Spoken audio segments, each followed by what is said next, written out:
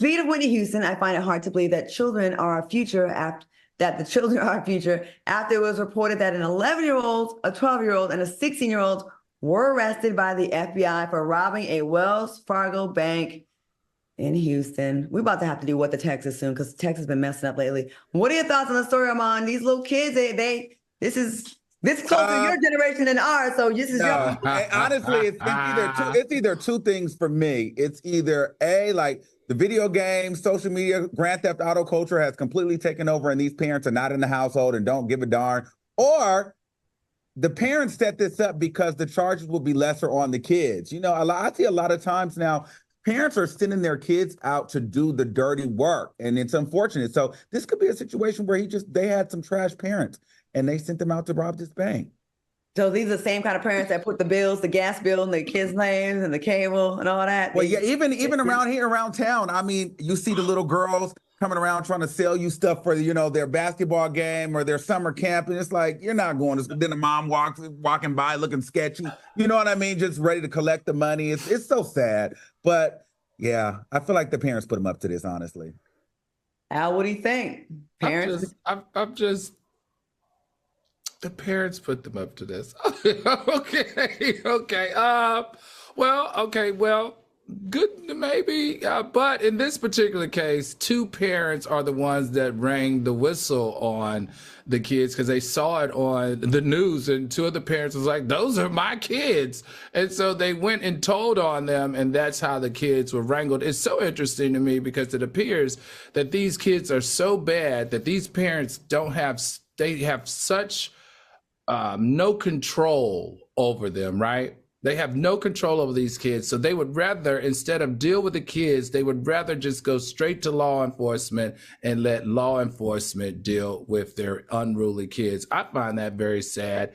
And I still believe that when situations like this happen, the parents should have some type of responsibility into it as well.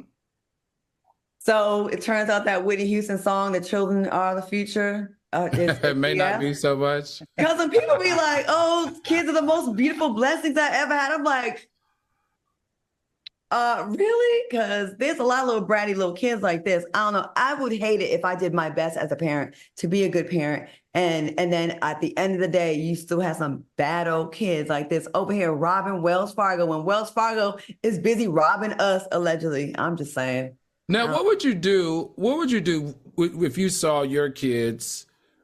Would you turn them in, Claudia? Yeah. Is there a reward? Yeah, would you turn your kids in, Armand? I would definitely turn them in because at this point, if they are so bold enough at 11 and 12 and 16 to go rob a bank, clearly they've been doing other things and they have not been listening to me. So they need to go to jail at this point because the discipline I'm giving them is not working. It's not working. It's not working. Yeah. Yeah, I don't think I was thinking the same thing. Yeah, especially if they're like repeat offenders and they just keep on not listening and you've done your best as a parent.